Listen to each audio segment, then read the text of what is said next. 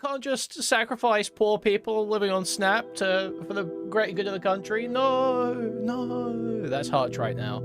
You are totally missing the point if your decision about what the Democrats should do is based on how much people are suffering. Middle of a conversation, he's sitting there staring at chat, looking for people saying bad things about him to rage at. If the Republicans say they're going to kill a bunch of people if you don't buckle, then you have to buckle. And if you say otherwise, then you're privileged. You've got too much privilege. This is one of the most annoying things you can do. So guys, Hutch and Pisco have had another fight. Hutch and Pisco are having another fight. This time over the end of the government shutdown. IRI also fighting with Pisco a bit. Because for anyone that doesn't know, obviously the US government shut down, federal government shut down for a while. Because the Republicans wanted to cancel ACA subsidies, which would triple some people's premiums and fuck over like emergency care or something, I believe. So the Dems like refused to let the government, you know, open or whatever. They do like the shutdown thing. And Trump was spazzing out. Republicans were tanking in the polls. Trump was tanking in the polls. It was all being blamed on the Republicans. It was great for the Dems. It was a great play. And Trump started saying he wasn't going to pay SNAP, or he wasn't paying SNAP, which are the food benefits, food stamps. And he was told by court that he had to pay it, or was getting told by court that he had to pay it, possibly. So there was a lot of reason to keep the shutdown going. And Trump was spazzing out saying they were going to get rid of the filibuster too, which is traditionally a Republican tool used to hold up decision-making, generally used by Republicans, but more broadly used by Dems, well, any politician with sort of like limited power in the position they're in at the time, because it's a way to have outsized power by just taking up a bunch of people's time and attention. And Trump started threatening to get rid of it. And this seemingly prompted some folding from some Dems, where like 7 or 8 Dems decided they were actually going to vote to reopen the government. And this doesn't seem like a very good decision to most people. Newsom calling it pathetic, Bernie saying similar stuff. Because basically it was all good for the Democrats. It was all going up Democrats, and they've cancelled this vote for, or they've cancelled the shutdown for nothing in return. All they got in return was a promise of a vote. They said, hey, we'll give you a vote on healthcare if you reopen. That won't even pass, by the way. It literally has no chance of passing. So it was all just fucking stupid. It was totally fucking stupid from the Dem leadership. Just totally shameful. And with that context, we'll get into the live and learn fight when I find the clip with the timestamp. Sorry, 2 seconds. There it is. So you said, I understand why they did it. I don't support it. So it's fair to say you don't agree with these 8 senators voting the way they did, correct? Okay. I do not agree with we're launching in IRI being quizzed on whether he agrees with the 7 or 8 senators' decision to reopen the government.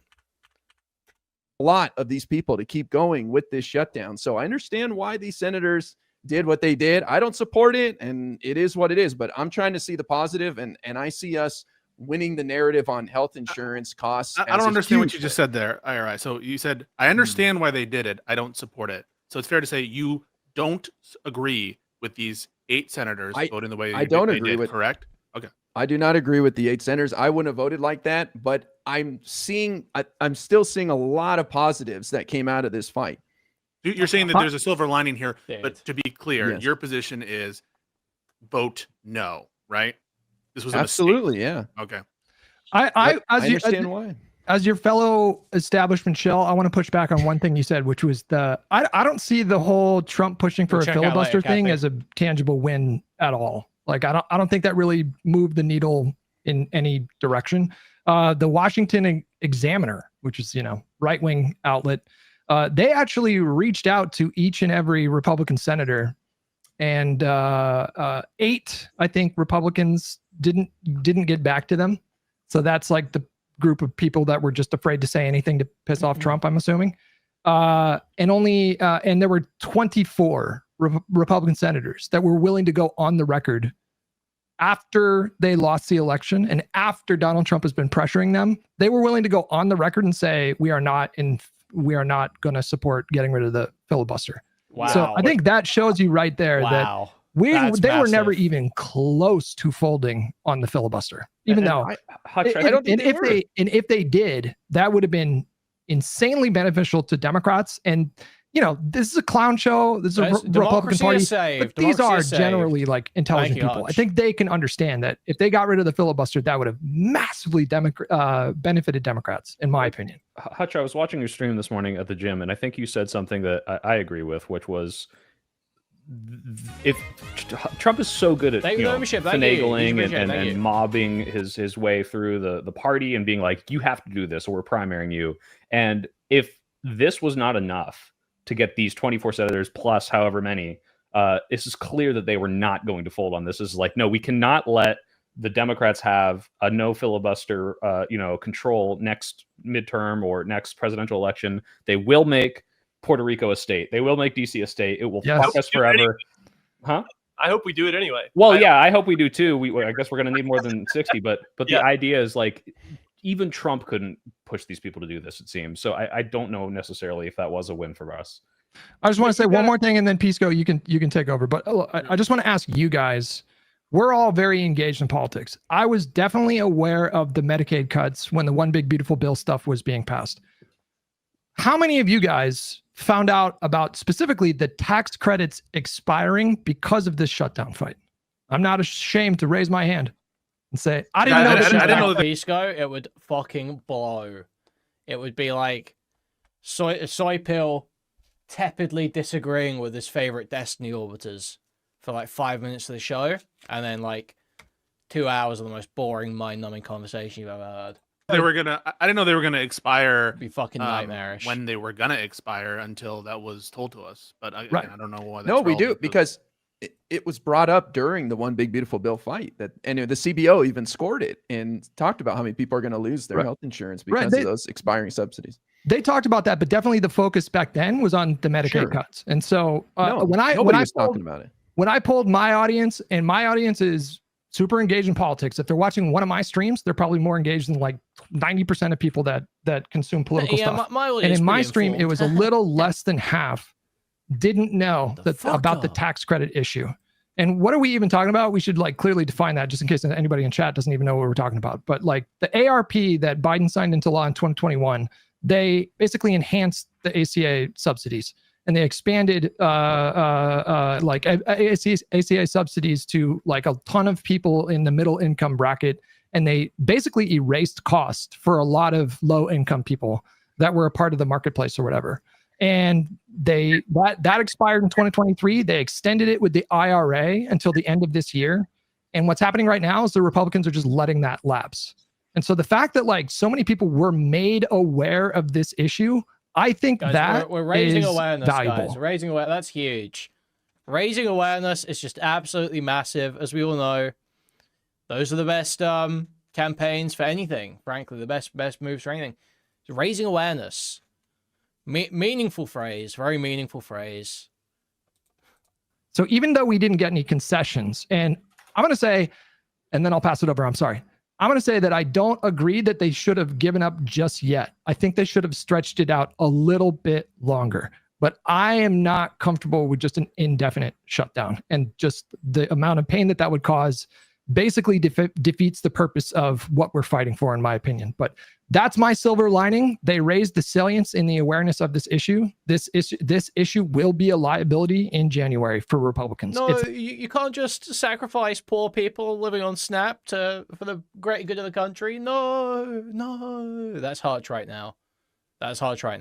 Not going away. They're still going to have to deal with the anger and the outrage from the pain that people feel. Here's my fundamental problem with the cases that Hutch and I just laid out, and I agree with a lot of what they said, is those silver linings, those benefits are independent of the decision that we're evaluating. Right? Those benefits were locked in when the Democrats decided for this to be an issue and to actually have the shutdown fight. And so those benefits are locked in regardless of whether or not you choose to bend the knee now and cave now. Now, to be clear, every single person on this Live and Learn panel has said they are against what these 8 senators did. Not just us, by the way. Every single one of us says that this was a bad thing to do. Presumably, it was a bad thing to do for a reason, right? Presumably, you guys think it was bad to do because of reasons. And we're not the only ones, right? Gavin Newsom is against it. J.B. Pritzker is against it. All of the base people in Congress are against it. Bernie Sanders, et cetera, et cetera, et cetera. The entirety Chuck Schumer is against of it. The official position of Chuck Schumer is that he's against it. Jeffrey's official position is that he's against it. So in order to say that you're in support of this action, you have to be going against both Jeffrey's and Schumer's official position and everyone else that Democrats have been saying are base, not just elected representatives. You can just tell Pisco is just like setting up the rape right now. It is like, Hutch, IRA, you would be like totally retarded to disagree with me. Like everyone you like, everyone you respect, totally agrees with me on this. So you're going to just like take this, okay? You're going to just like lay there and take this.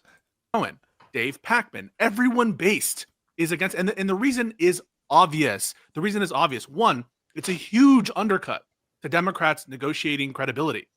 Everyone knows now that the Democrats will bend whenever you just hold hostage, like Trump is doing right now, illegally withholding SNAP funding. You couldn't ask for a more optical benefit for Democrats, where he's going to the Supreme Court saying, I'm allowed to illegally suspend and not pay out SNAP benefits, even though Congress specifically allocated contingency funds for these kinds of situations. He himself, Trump, acknowledged that the shutdown was hurting Republicans because obviously it was, because they're in power. Trump acknowledged that Republicans have the power to stop it.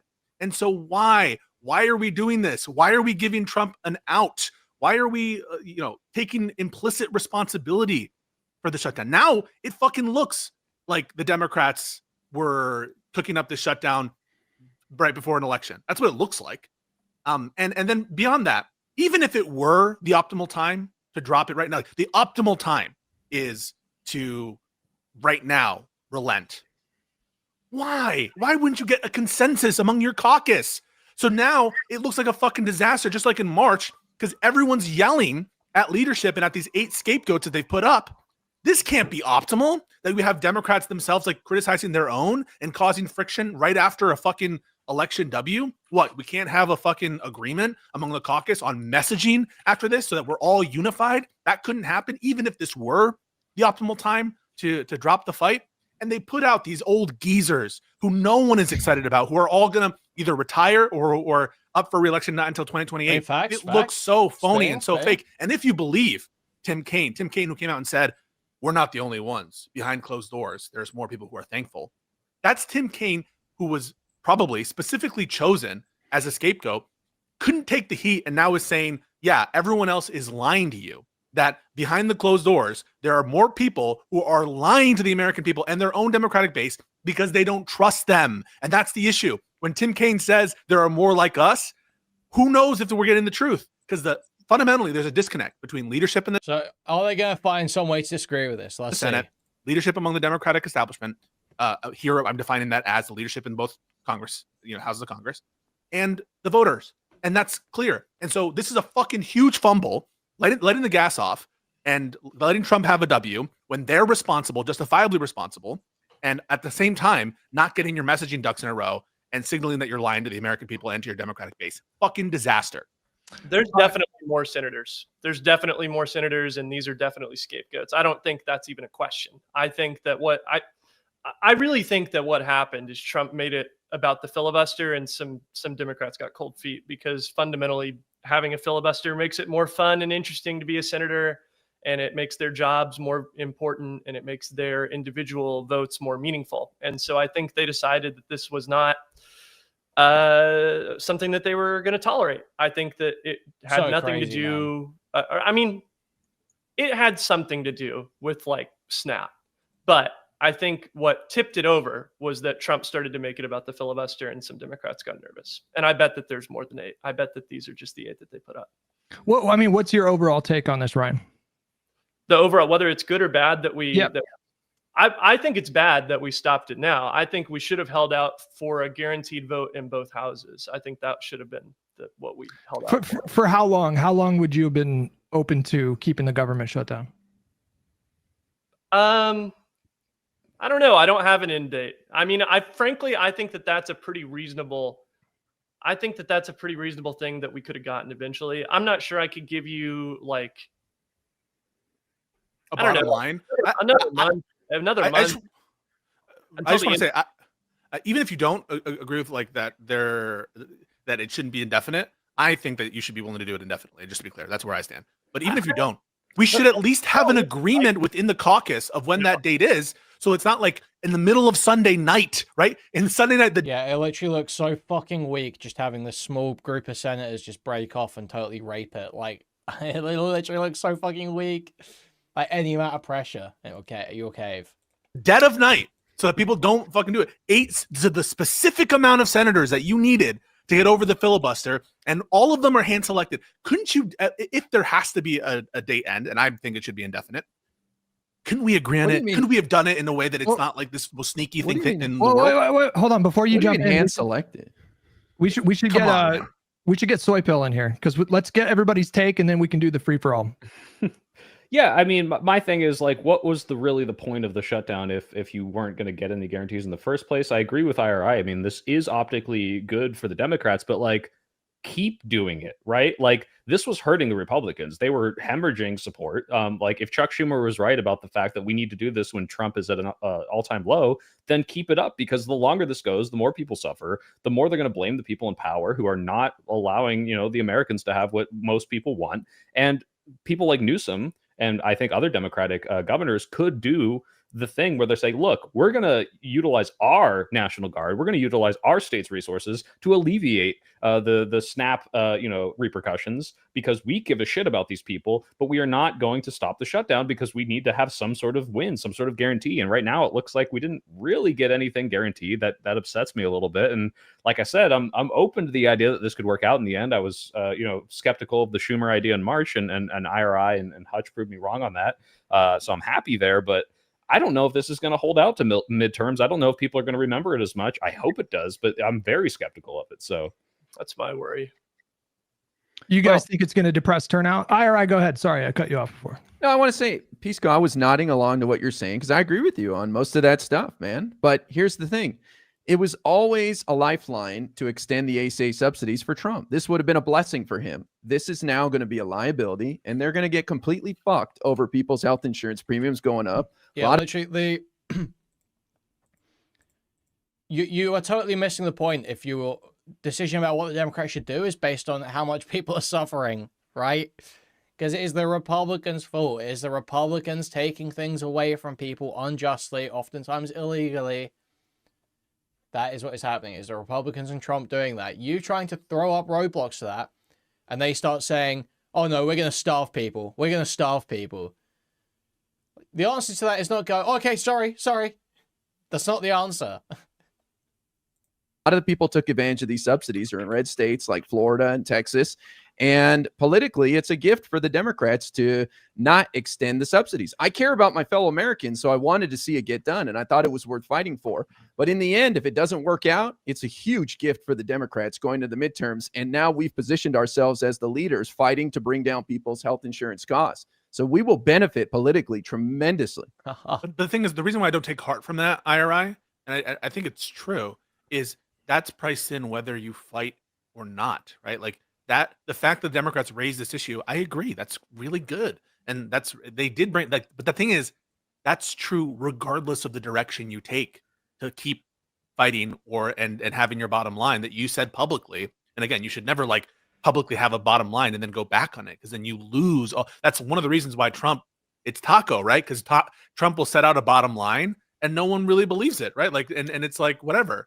So we have no credibility. But the thing that you're talking about, the benefits electorally, were going to happen whether or not we continued. I disagree. If we didn't pick this fight, it wouldn't have happened. I just say, no. I mean, when I say continue, I mean after the shutdown fight, when we had this fight, right? The benefits to electorally of the strategy, right, are going to be priced in regardless of whether you take this vote, right? So if you, But maybe we would have got what Ryan is saying. We would have got a commitment for the House or anything further. Any further advancement of extending the ACA subsidies would have benefited Trump and the Republicans if they actually got it, is what I'm saying. Yeah. For the record, I don't think that they would have ever actually voted for that. The only reason I think that it would have been nice to get a vote commitment in the House, I would have been comfortable. I guess I should clarify. I don't think that the Democrats should feel any obligation to vote to fund this government. If the Republicans want to continue governing like this, they can kill the filibuster and do it by themselves for all I care. I really don't think that it's the Democrats should feel an obligation. If Republicans want to offer some compromise, which is what the filibuster, which I don't really support in principle in the first place, is intended to do, then we can talk about it. And I would have been comfortable with funding the government if they had given a guaranteed vote in the Senate and a guaranteed vote in the House, because then at least we can get everyone on the record and then we can campaign on an actual vote. So that's why I'm disappointed with where they chose to have it now. But I don't think the Republicans were ever actually going to vote to extend the subsidies. Wait, put that back up on the screen. That was very triggering. You know why I put it up there. I mean, we can have differences of opinion about the strategy around the shutdown. That's so fine. Literally just tweaking, letting chat get to him, as always. Middle of a conversation, he's sitting there staring at chat, looking for people saying bad things about him to rage at. Just absolutely, just the fucking state of it, man. That doesn't trigger me at all. I understand why Pisco is upset. I disagree that it's tenable to, be prepared to have it play out indefinitely, but I understand where he's coming from, and I'm not even going to say that there's zero political logic to that. But just to be absolutely clear, the Republicans are in control of the government right now. They control the executive branch. They control the legislative branch. The Democrats do not have the power to extend these ACA tax credits. That power rests entirely with Republicans. And if they refuse to negotiate during shutdown, that does not absolve them from being 1,000% responsible for these tax credits expiring. And if you're one of these guys that's going out here and making the case that the Democrats are responsible for this happening, you're doing free MAGA propaganda. Well, Hutch, let me defend the chatter. They're not saying this is Democrats' fault. They're saying this doesn't feel like a win from the Democrats. I wish the Democrats did more. Not the Republicans are totally absolved of any and all blame for that. I don't think this is your Democrats. No, but they're also dismissing. They're dismissing the value of raising awareness of an issue like this, which is to me kind of ridiculous. Raising awareness is fucking useless, bro. I'm sorry. Oh, people are more informed about what's going on in the government now. Wow. Great. Yeah, that fucking matters, doesn't it? I think that this is triggering me, Hutch. I'm sorry to interrupt you. I understand what you're saying, that there are some people who seem to think that magically Democrats can do this, but I think that you're not taking it at the strongest, that argument. That argument, I think, is based on force them to make an unpopular decision. You have them by the balls because there are three options. Option one, continue the shutdown, which they're being blamed for. Fucking winner for Democrats. Option number two, bend. We should pause on that. Bend on. I just wanted to get all the three options so people see it. Okay, one is continue the shutdown. Two is bend on the premiums and bend on the subsidies. Option number three, nuke the filibuster. Force your opponent to do one of those tough decisions. But we didn't do that. And so that's where the frustration, I think, comes from. So for the latter two things that you said, they gave no indication whatsoever that they were even slightly bending on getting rid of the filibuster or making concessions around the tax credits. So that leaves us with the first one that you said, which is just let them drag this government shutdown out for as long as possible. And they're being blamed for it. I understand that. But we should be specific about what that means. Because it's true that the courts compelled Trump to pay out the SNAP benefits from the emergency funds. Those emergency funds that we have is $4 billion. It costs $8 billion every month to fund SNAP. So those funds are going to dry up in 2 weeks or in a month if he does half payments. And at that point, we are talking about 41 million people who are 130% under the poverty level, that rely on these benefits, literally rely on these benefits to survive. And I feel like it is an insanely privileged position for, I'm not going to, assume anybody's situation, but I think, like we're all probably like, okay. Like, dude. If the Republicans say they're going to kill a bunch of people if you don't buckle, then you have to buckle. And if you say otherwise, then you're privileged. You've got too much privilege. How about Hutch? Just never talking. Hutch, stop talking. Never talk again. I never want to hear you talk again, Hutch. I don't like. Are any of us going to lose benefits because of the shutdown? What do you mean by benefits? Like unemployment and SNAP? Anything are you going to lose any benefits because of the government shutdown? 100. Well, yeah. I mean, just you need to survive. No. Okay. I feel like it's really easy for us to be like, Democrats should hold the line and fight. That's not relevant, Hutch. Whether or not we specifically as commentators are in the class of people who's being helped is irrelevant to the actual argument. You're just making an argument that like individuals who are privileged shouldn't be talking about this. No. It's easy for you to make the case that these benefits should end when you're not relying on them to survive. That's my point. It's easy for you to make the case when the premiums don't affect you because I don't know what the fuck. Like it's easy for you to make any case. Like what kind of argument is that? You're saying that like if you don't somehow. So if I were poor, so if I were really really poor and making this argument, what would you say? Assume that. Why are we getting into this and the specifics of you as like individuals? Why is that relevant to the argument? That's fine, but I'd be very curious to know what everybody who relies on these benefits, how they feel about the shutdown. That's what I want to know. This is like classic identity politics garbage. Let me jump in because I know people that are on SNAP. I know people who work for the government who are being furloughed. It is legit. That is like classic. That is like OG identity politics. Like starting to cry about privilege and shit.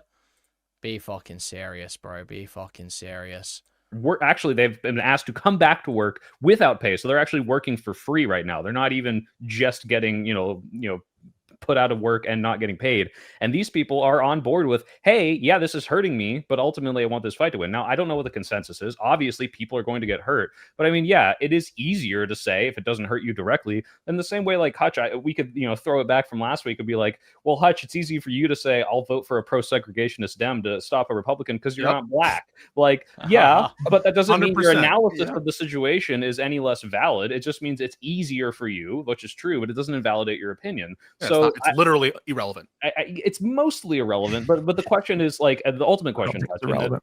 Well, it's mostly irrelevant, but I think what is the relevant? What is the relevance?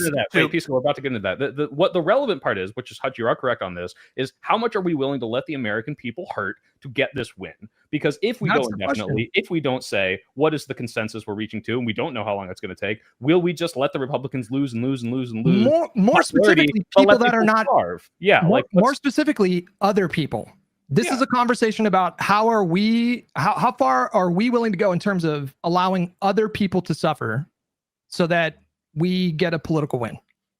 Because you're thinking in the short term. You're thinking, and this is why you'll always lose, and why Democrats who think this way will always lose. Is if all you're thinking about is the fight tomorrow is about what you're like, then you're never going to, in the long term, be able to resist Trump or be able to resist the authoritarianism because you're not playing the long game. You're not playing. I'm not thinking about that. I'm thinking about the cost. I'm thinking about the actual cost of what does it look like when 41 million poor people lose benefits that they rely on to survive. So if the Republicans conditioned, wow, so brave of you, Hutch. Wow, thank you, Hutch. Wow, thank you for thinking of the poor people, Hutch. If the Republicans conditioned, if Republicans conditioned, this is a hypothetical, okay? If Republicans conditioned reopening the government on eliminating entirely Medicaid, would you vote for that? Hold on, I'm a little distracted by chat. Ask that question again. If Republicans, hypothetically, not real, hypothetically, conditioned reopening the government on eliminating Medicaid entirely, would you vote for that? No. But 41 million people will fucking starve, Hutch. How dare you? How dare you do this? You're talking about eliminating a program that millions of Americans rely on. So it's like, we're kicking 17 million people off Paul here. You know what I mean? That's not what we're dealing with right now, though. Those aren't the two options. We're not getting rid of Medicaid. The point is, everyone. Those two things aren't exactly the same. So I can't possibly see the analogy here. I can't understand the analogy because you didn't give me two things that were exactly the same to compare. Next time you want me to understand an analogy, why don't you try using two things that are perfectly identical? everyone has a line. Everyone has a line that where they're going to say, yeah, I'm going to fund this government or I'm not going to fund this government, and where I'm going to vote for something or not. You just said you had a line. And the question is, is this a justifiable line? And this is a line that Democrats should fall on. And I thought when we went into this fight, we picked this issue specifically because we thought that it was worth fighting and dying on that hill. If that wasn't our position with respect to this issue, we should not have taken this fight. If we did not assess at time equals 0 that this was the fight worth having and this was the issue worth fighting on, why fight on it? I am sympathetic to that argument. The argument that, and this is Pacman's argument too, he was arguing the same thing. Like, if you're not, why did you even pick the fight in the first place? The reason I brought up before, I asked you guys, like, how many of you guys were made aware of the tax credits expiring? Was it everybody on this panel? Like, I don't know. The same question for everybody's chat that's currently watching. How many of you guys learned about this issue because of this shutdown? There is value. No, dude. The worst part is, Hutch has not only seen the, like, projected deaths from US aid cuts, Hutch has gone on, like, extended rants about, like, oh man, it's so bad that so many people are going to die from the US aid cuts. And yet, still, he's like, oh, I don't know, man. I don't know. Maybe the Republicans are going to hurt more people. We have to, like, buckle to them. It's like, no, retard. No, retard. What the fuck do you mean? What are you talking about? You in that. You can make the argument that the shutdown was not worth increasing awareness and salience, but there is value to that. Okay, so then take the deal after a week. This deal was available, or like in the first week. Who was going to give this deal over? I'm sympathetic. Or at least when you argument too. Okay, so yes. Like, the thing is, and once those premiums comes out, you can start fucking doing your media shit on it. Then take the deal in the first week. And why it almost justifies some of the Republican talking points of, like, they're letting this, like, if you're not willing to die for it, then it undermines your entire position staking this out. You're not dying. You're not dying for it. You're sacrificing 41 million poor people. That's not you dying. That's other people dying. Yeah, but also, so wait, I just want to. So we're gonna deal. Is losing it with this virtue signaling, bold fucking loser, man. You can just see it. This guy is literally losing it. Hutch has tried every possible tactic to win these arguments, and now he is finally trying guilt tripping, just straight up emotional manipulation. With this relevance point, okay, Hutch. Is it relevant? What the dynamic? Okay, you don't want to answer. You don't want to answer this question because keep going. So this is what Hutch is doing right now. Hutch is basically saying, instead of actually arguing the merits of should we do this or what the import of it, Pisco lives in New York City. Pisco is not poor, and so Pisco is elitist, and Pisco is entitled, and so you shouldn't listen to Pisco because Pisco's not the one fucking dying on the street. That's what you're trying to do right now, and that's why I'm taking it so aggressively. I don't. Wait. What is the relevance other than that to what you're saying? There is a very real cost. We need to get away from the abstract and talk about the very real cost. And why does that matter, Hutch? Nobody's talking about that. Of all the people that are enraged, what does that mean? He says, Pisco says, you're saying I'm out of touch and don't care about people. Hutch says, we need to stop talking about the abstract and think about it in real terms. You're saying exactly what Pisco is saying that you're saying, but then you're saying that you're not saying that. This is one of the most annoying things you can do in the world. On social media, I don't see anybody talking about what would have happened if this would have prolonged and then 41 million people just went from Bernie Sanders. So Bernie Sanders isn't internalizing the cost. So wait. Bernie Sanders is doing that. Gavin Newsom is doing that. J.B. Pritzker is doing that. Hakeem Jeffries is doing that, and Chuck Schumer are doing that. Is that right? You think they're not internalizing the cost? Isn't this an appeal? They don't care about because they're rich, right? Policy? No. Wait. You're making the argument. So I'm associating myself with all the base Democrats who are saying cowardice, bending the knee, and even Hakeem Jeffries and Schumer in their official position. But you're not engaging in what I just said. What am I not engaging with? Because you're saying, oh, it's right because a bunch of people think it's right. I'm telling you, like, okay, if we have a discussion do it. Dude, no. What you're saying, Wait. So Hutch, you said, you're wrong. Did you say people are not talking about the cost of what will be affected if we continue the shutdown, correct? Yeah, I don't think people are talking about it enough. Like, some people are mentioning... Soy Pill, you will never be Josiah. You'll never be Josiah, Soy Pill.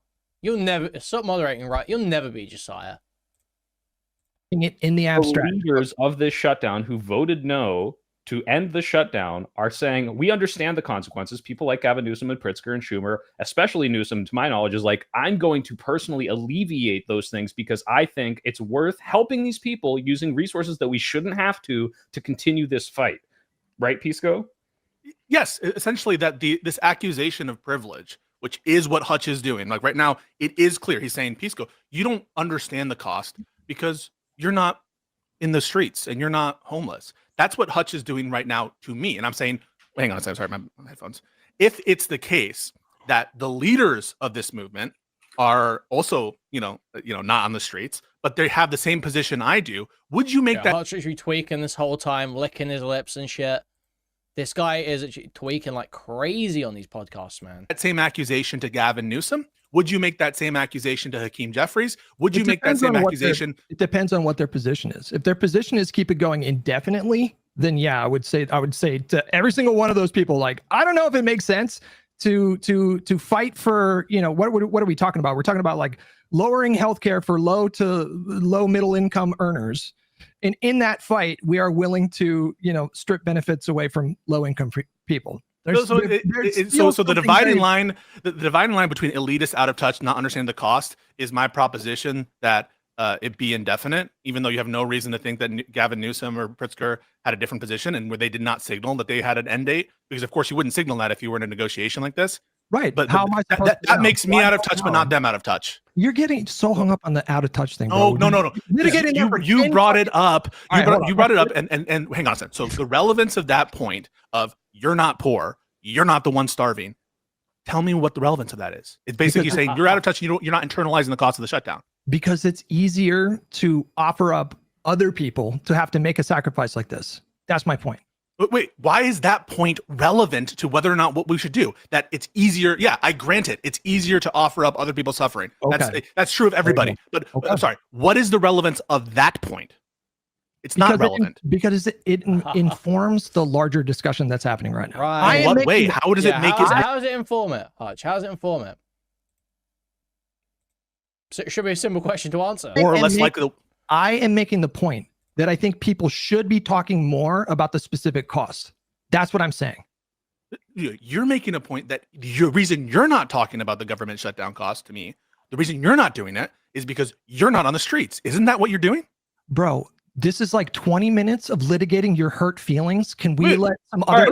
Ryan Petty is the most neutral person. He's literally in the middle of all of us right now. Ryan, what are your thoughts on this? I am. So I think Hutch is making an important point about there is a human cost to this. I mean, people will hurt the longer this goes on. At the same time, that's politics.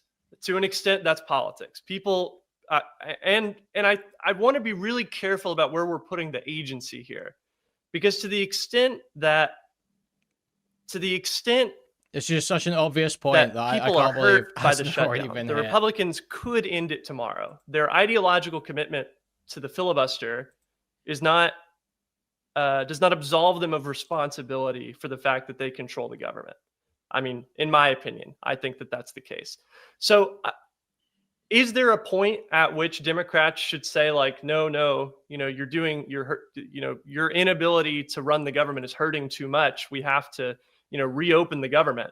Probably so. I don't know what that point is. The official position of the Democratic Party should be that will continue indefinitely. And let me add to that. That should be the public position. Otherwise, the Republicans will just hold starving people as a hostage every time. Right. That's kind of my take on this, Hutch, is like, yes, I understand this. There's a human cost to this, but like with the agency of who are the people fighting not to pay SNAP? It's not Democrats because they're continuing the shutdown. It's the guy going to the Supreme Court and saying, make me not have to pay SNAP. I understand right? that. And I know you're not, I'm preaching the choir here, but my point is, this almost feels like the inverse of the Democrat blame graph, where it's like, why are we saying that, well, this is a human cost that the Democrats are imposing, and not, hey, we can continue to blame this on Republicans and they should have this held at their feet. That's not my position. Well, just to be clear. Well, sure. Okay. I put the blame mostly on the Trump administration, but to the extent that Democrats have the power to make sure that 41 million people don't lose these benefits. And it's not just SNAP, by the way. There's also WIC for like single moms. There's also we give out assistance to millions of people to pay their rent each month. We give out assistance to people to pay their energy bills each month. You also have like federal workers that are furloughed. I mean, this is so much bigger than just SNAP. You know, like if so why would you vote no, Hutch? That's pretty privileged of you to vote. Wait, so you I understand that you're not taking. Wait. I understand. Wait, I understand that you're not taking the position that you would do it indefinitely. I'm really sorry. Wait a second. So I understand you're not taking. Dude, this is so bitch made.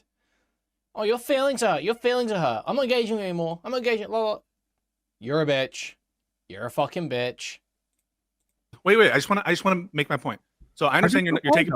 I understand that you're saying that. He's sorry, Pisco. Wait, I want to finish the point. Did you hear him say he's sorry? Yes or no? I did hear it. Yes, I did hear it. Wait. Back. So, I'm sorry. Isn't it the case that if you were to vote no now, that's a privileged position because even if it were for 2 or 3 weeks, you're not the one actually suffering, not having those benefits, right? Well, you lost me. I don't understand the question. Isn't that privileged? You're not actually internalizing the cost since you said, right? I'm sorry. I'm a hypocrite. I'm sorry. Good point. Can I, Pisco, I want to call you.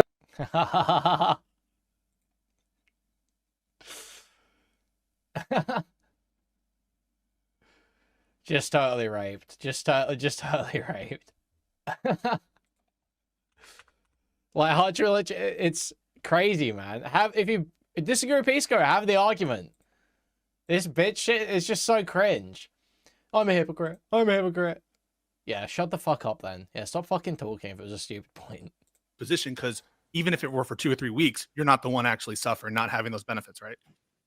Well, you lost me. I don't understand the question. Isn't that privileged? You're not actually internalizing the cost since you said, right? I'm a hypocrite. I'm sorry. Good point. Can I, Pisco, I want to call you out on something. You said something very dangerous, in my opinion. You said these guys were handpicked to be the guys who vote no. So you're implying that Chuck Schumer is not sincere, Hakeem Jeffries isn't sincere, that the entire Democratic Party, you're saying the entire Democratic Party is in on this no vote. No, so then what are you talking about when you say they were handpicked? What does that mean? I'll tell you exactly what I mean. Tim Kaine said that there were more senators. Ryan Getty just agreed that there's definitely more senators among the caucus who didn't vote this way, even though they agreed with that position. And Tim Kaine confirmed that there were people behind the scenes saying, we're glad that what you're doing. And so therefore, given the fact that there are significantly more, at least, and Tim Kaine was suggesting more senators who agreed with this position, and only the exact amount of people. What do you mean they're bullshitting? You think Tim Kaine's lying? Then he could have been bullshitting. Is Tim Kaine? Do you think Tim Kaine is lying? I have no idea. I have no idea what he's saying. There could have been people behind the scenes that were almost there, that weren't there. But they were still no's. Okay, I'm assuming Tim Kaine is telling the truth. That like only 2 of the 8 are up for election, like next year. I frankly think that there were definitely more. I think they put up these ones that are all like half of them are retiring, and then like 2 more aren't going to be up for election for another 6 years. And I think Pisco's alleging like a clandestine Democrat like scheme, right? It's more just like I think that there are genuine senators and genuine reps who. It's like a textbook example of a rotating villain. I think that's obviously what's happening. I think the situation is that there's a ton of political pressure on the Democrats right now to prolong this fight from their base who want them to continue fighting. And I think a lot of senators recognize the perils of that kind of situation, and they were happy to let people that are not in any real danger of an immediate primary fall in the sword. I think that's obviously what's happening here. That's what I mean by handpicked. Yeah. Okay. Well, I think the language is a little dangerous though, because it implies that there's some sort of like scheme going on. Like, well, I think they were just kind of maybe relieved then that these guys chose to vote yes, so they didn't have to. Because I think that happens a lot where people are like, well, I'm going to wait and see who votes one way or another, and then I'll decide how to vote. Maybe they would have been the deciding votes if these guys hadn't stepped forward, but these guys chose to, and I think that's the end of it. But you're implying that they're like, okay, I'm going to vote yes because I'm not up for re-election until 202030, so I can shoulder. So I mean, that's true of Hutch then, because Hutch just described to you that that's genuinely what he think happened. That people, I don't think it's for everyone. Hutch, what are you doing, man? What the hell? I think that's obviously what's happening here. I mean, like we come on. Exactly traded. We're never going to know exactly what was traded, but it wouldn't be the most surprising thing in the world if it was like, take the hit on this one, and we'll make sure you have extra input on this next thing coming up. I mean, that's just how sometimes things work in Congress. It's unfortunate, but it's reality, I think. And there's a lot of non-overlap in the Democrats who voted in favor of the CR in March. I noticed that Brian Schatz is not there. Kirsten Gillibrand isn't there. I even think some of the I think Ossoff voted no both. Maybe, I'm not sure. Voted no. Yeah. So, but like I notice that there's a lot of if you were to pick the most like optimal senators to vote this way, it would be these people. And I'm saying that a whole Senate is in on some. Why not? Grand conspiracy. He's not up. Warnock's not up for re-election. He could have voted. I mean, I could make the case for a bunch of these guys could have been one of those votes. Grand conspiracy orchestrated I felt like by puppet master Chuck Schumer, but I'm certain that there were some overlapping, deals that were struck. You're going to vote for this, and we're going to make sure that the DNC is not, maybe we're going to throw a little bit more money to some super PACs, in your re-election campaign. I don't know. I just don't think that it's. I don't know. I am almost certain that it was predetermined who was going to be the no. Angus King said these guys weren't going to budge, and there was no moving them. The Republicans, there was no moving them any further. Nothing else would have helped. It was just going to make people suffer more. So what do you say? So why don't you agree with it? Wait. So why don't you agree with him, Ira? You said I'm just saying that's his reason, and I believe him. If he believes that, then I disagree. But I don't have all the facts in front of me. I don't know. I'm not a senator from Maine and listening to my constituents. I have no clue.